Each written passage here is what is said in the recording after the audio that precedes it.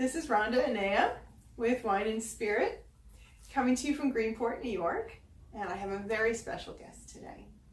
This is a lady that I worked with for several years, and she has got some really neat things going on in her life, and this is Miss Celeste DeCamps. Hello. So Celeste, Yes. You had quite a little ride out this morning. Oh, it was beautiful. Yeah. Ride. She lives near wines. All kinds of vineyards. Oh my gosh, it's gorgeous out here. Isn't it beautiful? It really is. Yeah, I love it. I love it.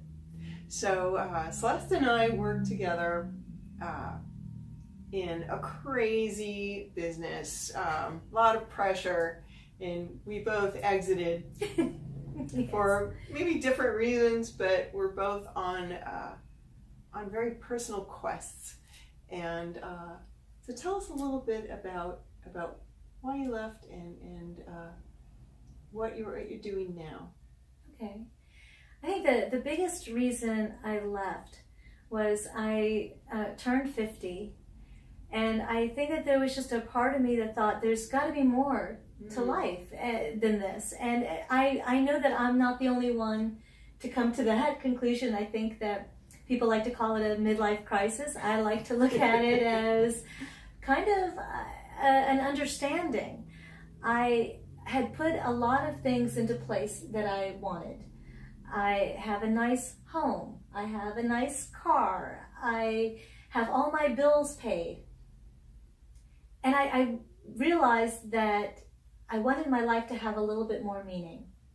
I wanted to do something that was not just for myself, but the hopes of actually helping other people. That's a good one. That's a good one. That's a good, to be that uplifter, to be an encourager for others is really special. Yes, and I think there was just a point in my life where I wanted my life to have some meaning. Yeah, and I really had ideas. I really had something on the back burner for a really long time. And the more that I thought about how it would come together, the more I actually saw it coming together and being something viable. And that's when I decided, okay, it's now or never. Great. And plunged into it. So. Okay, that's cool. So before we go into what you're doing with your talking and your speaking engagements, let's talk about wine for a little bit. Okay, that's always good. I have no problem with that. So just say it was your last day here on Earth. Okay. You were taking off for Mars or something. Okay. What bottle would you open? See, that's tough because in our line of work, there's a lot to choose from. Mm-hmm. I think that still the one that comes to mind is Molly Duker. I still have a bottle. Yeah, Velvet Glove, the Shiraz. Good choice. Oh yeah, that's a fun winery. Amazing wines. Yeah. I like your choice. Yeah. Yeah, thank you. It's a good one. It's a good one. Yes. So Celeste has just put together a fun little program on wine. Now, I know for some people watching, wine is new.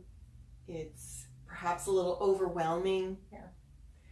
You know, you go to a shop and maybe you're even shy to ask the shopkeeper. Maybe the shopkeeper is clueless, but a lot of times they're very well versed. But when you go out to eat, sometimes you're in a restaurant and everybody's rushing around, the servers are rushing around, and there's not often someone that can help. So you put together a little course. Why don't you tell our viewers about it? Okay. It's how to order wine in a restaurant. It's perfect. So mind-blowing.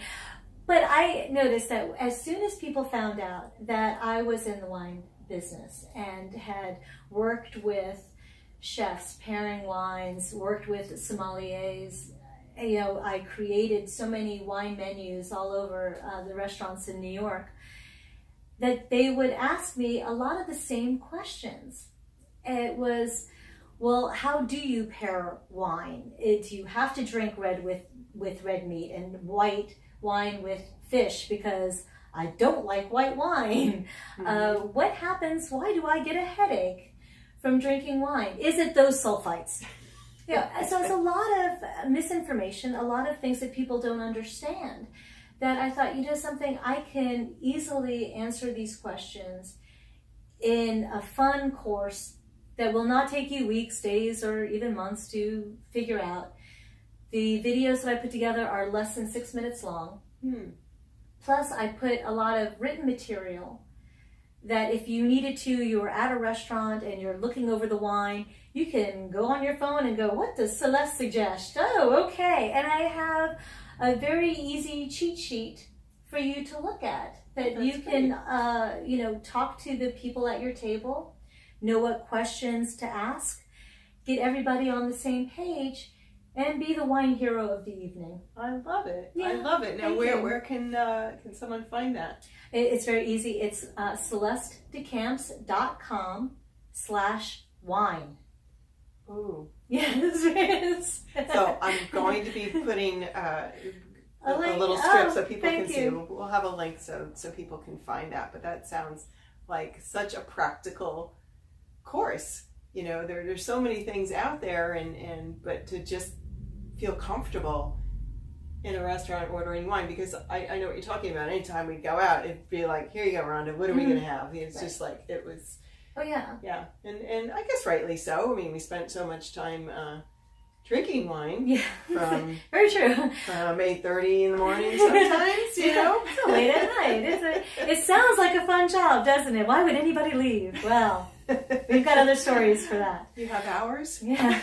But at the end of the day, though, talking to winemakers, they are so passionate about their wines. It is a work of art that they take a whole year to put together. Right. And hope that at the end of it, it is something that everybody enjoys.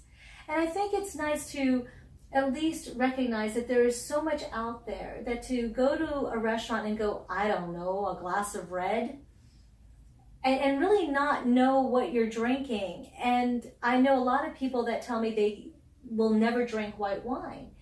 And those people, I will bring something that's not Pinot Grigio, not Chardonnay, not Sauvignon Blanc, and have them try it, and they go, oh my God, this is delicious. Right.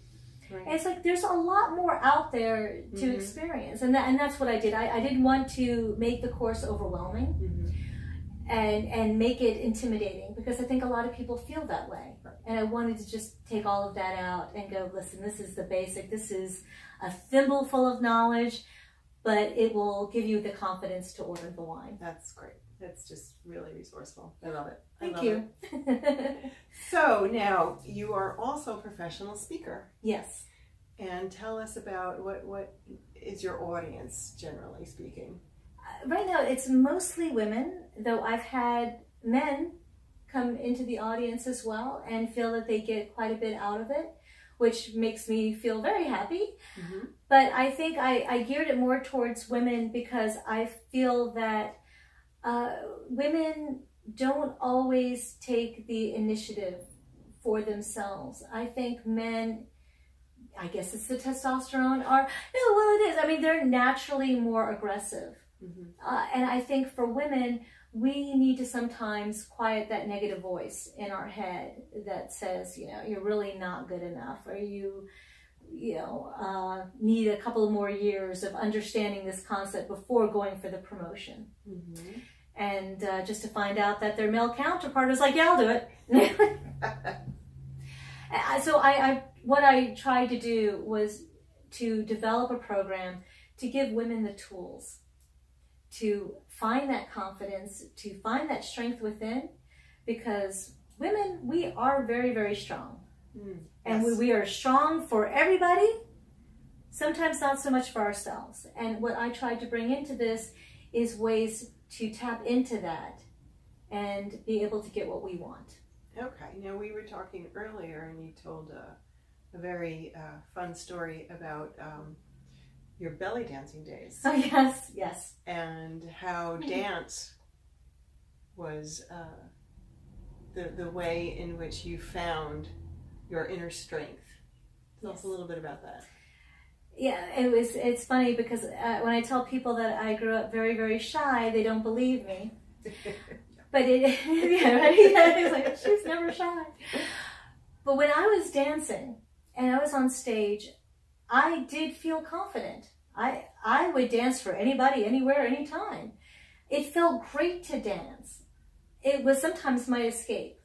Also, when things were just really not going well, being on stage was my little heaven on earth. I didn't realize that as I was performing, that confidence that I felt on stage started to creep into my everyday life. And that was the big turning point for me. I didn't notice it until I started teaching other women to dance. And when I would see the women come in and they're very hesitant, all of a sudden they just realize, I think everybody's looking at me and I don't know how to do this and I'm going to look silly. When I would get them to relax and we would do breathing and I would talk to them and I would tell them, you know what, today we're all 5 years old. Because when we were kids, we danced. Every little kid dances. There is absolutely no inhibition about it. Mm-hmm. And that's what I wanted them to get back into. Bring that little 5-year-old girl out to dance. Yes. And when they did, and they started to enjoy themselves, the biggest thing they would tell me is, why do I feel so good all of a sudden? I never thought of myself as sexy. Why do I feel that way now? And I said, because your body has been put in a very sexy move. Yes. And your mind isn't going to fight you. That's the beauty of it. You put yourself in a sexy pose. The mind goes, oh, we're being sexy now. Sure, let's do that. I love it. Yeah. Yes.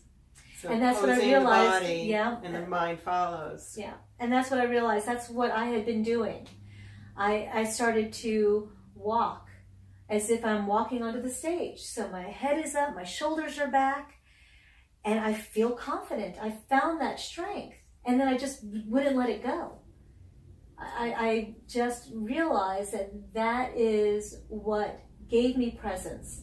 That's what also helped me find my voice.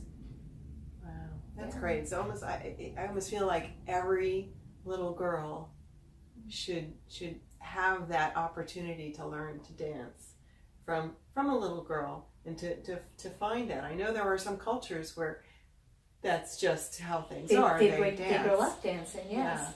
Yeah. And here it just seems that all the opportunities we have here in the States, that just doesn't seem to be one of them unless you're kind of the elite and your parents can afford your lessons and schlep you around for classes and performances. But, you know, it's like I feel with meditation it should be taught, but it's mm-hmm. really serving the same purpose because breath, body, mind, and breath to me is the spirit coming in and connecting with our higher selves. And do you kind of find that, or am I just kind of putting words into No, it? not at all. It's funny. There were times when I was on stage performing and all of a sudden be like when I was dancing, right? I was moving because I went somewhere else. Mm. It was a really funny feeling, but it was just like a whole other part of me said, okay, well, you got this. Body's doing it. Don't worry. But we're gonna explore out here for a little bit. Oh, I love it. And I guess I was going, I'm daydreaming while I'm dancing. But that's a lot of it. It was such a freeing feeling. Yes. This feeling completely connected. Mm-hmm. And then finding that stepping outside of myself and taking that freedom, that one more step mm-hmm. was amazing. Yes. And to be able to now take what you've experienced and to share that with others is huge. It's really been amazing, the response that I've gotten from women. And like I said, even from men. I had a young man come up to me. And he said, I don't remember dancing as a kid. I didn't do that. And I said, trust me, you did. And he goes, okay, then why did I stop?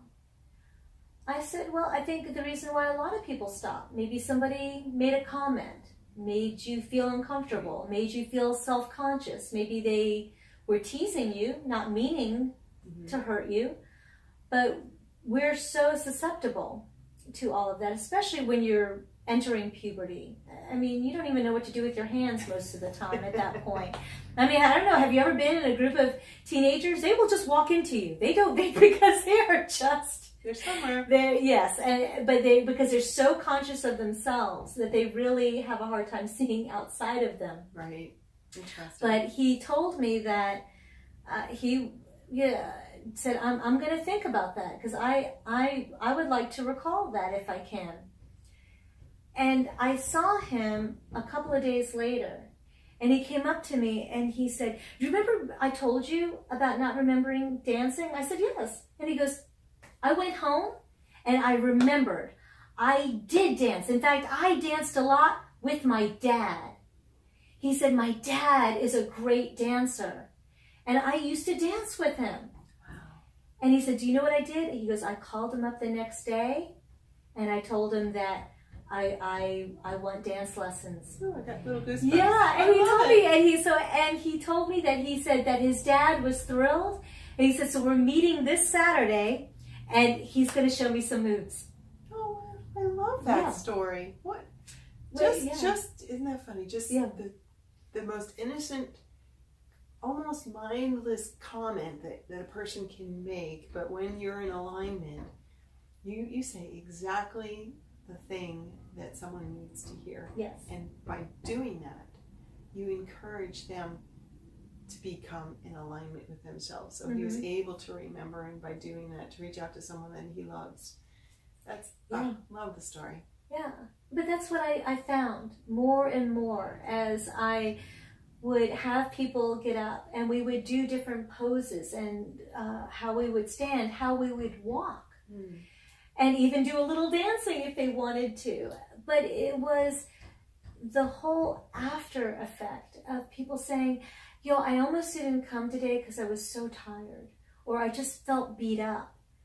But as soon as you had me breathing and I started to relax, and then we're walking and we're doing all of this stuff, that all of a sudden I feel amazing. Wow.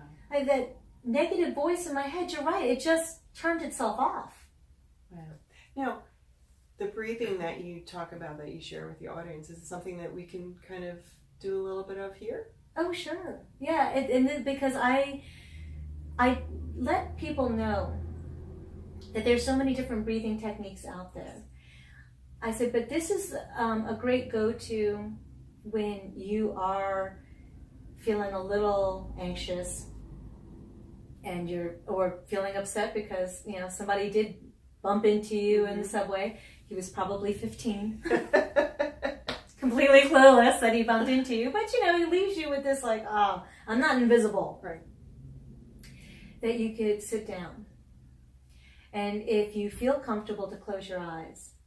If not, then go ahead. But at least stare at something that is pleasant. Maybe a photo of your loved one, a plant, the pretty picture on the wall.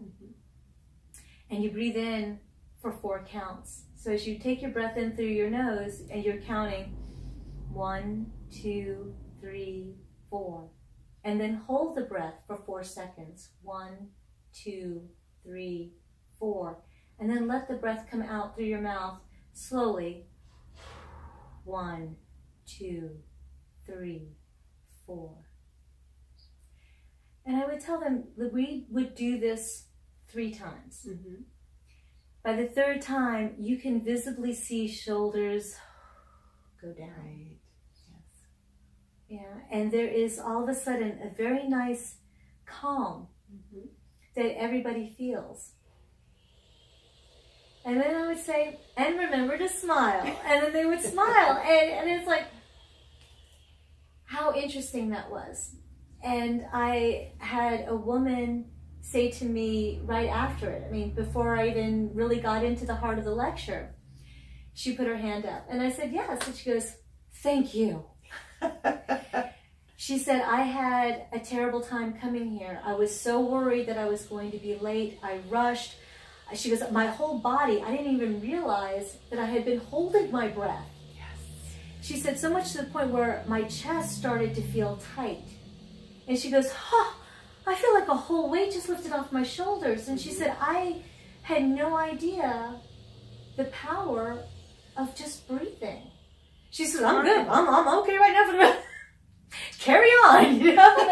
But I was happy that she felt good enough to quickly share that and just say, I'm going to remember that. Let it all go. Feel good and smile. Yeah. Start my internal love engine. Yes, I like that. I know, I like that. I saw that you posted that before. I like that. Yes. Yeah, there's a lot to it. There is. There's so the much whole in body mind thing, and the breath is the spirit. It's energy. People don't realize that breathing is energy, and it's not even so much the oxygen. It's actual energy that our body takes from the air that we inhale to enliven itself. And I went through several years of like literally holding my breath. And there are so many people that do that. It's really a stress response that many people aren't even aware of. And when they do an exercise like that, like that woman, you become aware.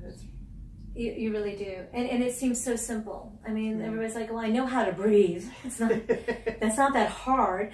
But if you don't take the time to, that's when the anger can rise. That's when the resentment can rise. That's when all of a sudden, you can't see feeling good. It's you're holding on to that. And many times it's like, oh, just let it go. You'll get through the traffic easier. You'll stand in line easier. You start to really be more mindful of what your body is doing. Absolutely. And that's what I loved about dancing. And that's what I tell people. Look, you don't have to be a great dancer to dance. You can get home, especially if you've had a rough day, put on music that you like. Put on music that makes you feel happy. And dance. Move around. You're not doing it for anybody but yourself. Yes. And people say, dance as if no one's watching. I say dance as if everyone's watching. Because you'll be more aware of what it is you're doing. And feeling that. And that energy that you create when you're dancing is a positive energy. I dare anybody to feel bad when you are dancing. Right. You can't. You can't. Unless you are just having your head down and slogging around, which I don't consider that dancing. That's not dancing. Yeah, here in Greenport, every Monday night in the months of July and August, we have dances in the park. Oh, how great. And the funny thing is, when we first started, it was like, not too many people would get up and dance. Now, the last several years, everybody dances. I mean, there's a few people out there drinking their wine, having their snacks, whatever, and you've got the kids dancing, and you've got, the older folks that know how to do the jitterbug and all that kind of fun stuff. Yeah. And it's so much fun, and you just see everybody has such a good time because music and dance and being outdoors and by the seaside, it's really, it's remarkable how people can transform with moving their bodies. And there's an amazing amount of research that shows that the older you get, the more important it is for you to be moving. And dancing is a great way to do that. They said it helps keep dementia at bay because your mind and body are working together. You're learning steps that you've never done before. It's making those brain cells fire and wake up. And dancing has this incredible ability of making you also feel connected to something. Because that's something too that a lot of older people, especially if they start finding their numbers dwindling, that they start to be more and more alone. And that's when a lot of chronic pain starts. Right. That's when that loneliness can literally kill you. I tell people, find a dance class. Don't care how old you are. Get into a dance class. There's connection to a dance class. There's connection to people. And it's a safe place to hold somebody's hand and swing around and move together. Even if it's just for an hour, you have some connection there, and it makes a huge difference. Yeah. And even if you can't get out, you always have a broom. At least I hope you have a broom. I dance with a broom. I don't know, that sounds really lonely. I don't know. Right. Well, give the broom a name. Oh, gosh. Okay. Yeah. I know it. I'm going to have to dress up a broom for you. Yeah, I know. oh, yeah. We'll post a picture. Yes. Maybe. Exactly. Put a wig on it. I don't know. Oh, But wow. that is the importance of dancing. There's so many aspects of it, and that's what I like to talk about as also just a tool for you to have. When you're feeling nervous or you're just not feeling good about yourself. I mean, we all do that. We look in the mirror and we just rake ourselves over the coals and decide all of these amazing, horrible things about ourselves. Yeah. And that's when I say, that's when you got to put the music on. That's when you need to put that music on. Yes, even if it's a little swing or just any kind of movement, because it will stop that negative voice. Yeah, and that's why any of you that have Alexa or Sonos, my son's got me a Sonos for Christmas. Oh my gosh, and then you can put on any music you want. Yeah. So, I mean, whatever you like. I like to listen to, like this Hindu stuff that's kind of fun, and then I've got Earth, Wind, and Fire, and I've got James Taylor and Joni Mitchell. So, I mean, whatever it is that you like, you can put on. I mean, in this day and age, it's just so easy It to find that music, that uplifting and fun music. You don't want to, I mean, I love, classical music and all, but unless it's like a minuet or something, you really know to get up dancing. So hard to bounce around to classical. So just I love that. Now, if someone were interested in hiring you for a speaking engagement, is that also they would go to the CelesteDeCamps.com? Yeah, okay. That's my main website. Great. And I have different types of speeches that I do. I also do sales training, keynote speaking, things like that. But mostly what I do are the seminars and the workshops for people. And like I said, it is mostly geared towards women, because we are talking about finding our own strength within. But like I said, I've had men join me and have a great time with it, and also learn a little bit about themselves too. Right. Which I enjoy. I think it's great. I never exclude anybody, but I like being able to have something that women can feel comfortable going to. Yes. Yeah. That's great. You also have Facebook. Is there a link from your website to your Facebook page? I don't know. I'm going to find out. She's going to have I'm going to find so out. that you can find her on Facebook. But you'll find me on Facebook. Too. Yeah. There's but if you go to Facebook, Celeste DeCamps, professional speaker, you will find me there. But I will find out about my website, having a link there to the Facebook. Things. Yeah, right. Well, it's been so much fun, Celeste. Yeah. I really appreciate you coming out today. This was fun. And catching up. It's been such a blessing. Thank you. No, it's been really nice to reconnect. We've already went through some war stories. It's awesome. Yes. That's great. Yeah, that's great. So thanks again, and thank you, viewers, for checking in to Wine and Spirit, and we'll see you next time. Bye. Bye. Bye.